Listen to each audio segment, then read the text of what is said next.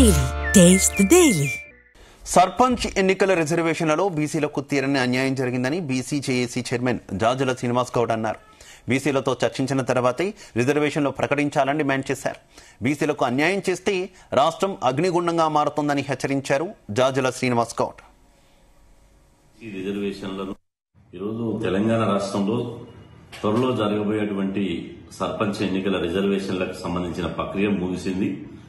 దానికి సంబంధించినటువంటి ఇప్పటికే జిల్లా యంత్రాంగం, జిల్లా అధికారులు ఇలా ఎస్సీ, ఎస్టీ, బీసీ రిజర్వేషన్లను నిర్ధారిస్తూ మాకు వస్తున్న సమాచారం ఏంటంటే గత 2019లో జరిగినటువంటి ఎన్నికల కంటే ఇలా ఈ 2025లో జరిగేటువంటి గ్రామ పంచాయతీ ఎన్నికల్లో బీసీ రిజర్వేషన్లకు కేటాయించినటువంటి స్థానాలు గతం కంటే తక్కువ ఉన్నాయని చెప్పి మాకు అనేక మంది ఫోన్ల ద్వారా, వాట్సాప్ల ద్వారా, మెయిల్ల ద్వారా మాకు ఫిర్యాదు చేయడం జరుగుతుంది. 2024 బీసీ రిజర్వేషన్ గ్రామ పంచాయతీ తగ్గించారు.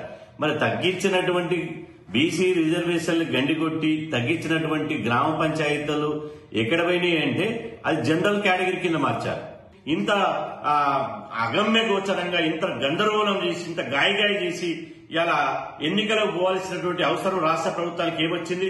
మీరు మర్యాదగా బీసీలతోటి, బీసీ మేధావులతోటి, బీసీ సంఘాలతోటి చర్చించిన తర్వాతనే రిజర్వేషన్లు కేటాయింపులు జరపాలి. అదేవిధంగా మీరు గనక రిజర్వేషన్లు మీరు చేసిన తప్పును సరిదిద్దుకోవాలి. లేకపోతే మాత్రం మేము ఖచ్చితంగా ఒకటి కోర్టులో న్యాయ పోరాటం చేస్తాం, రెండోది వీధి పోరాటం చేస్తాం. రేపు 25న మంగళవారం రోజు రాష్ట్ర వ్యాప్తంగా కేంద్ర రాష్ట్ర ప్రభుత్వాల దిష్టిబొమ్మల దహనానికి పిలుపునిచ్చినాం. 30వ తారీఖు నాడు చెలో హైదరాబాద్ పిలుపునిచ్చినాం.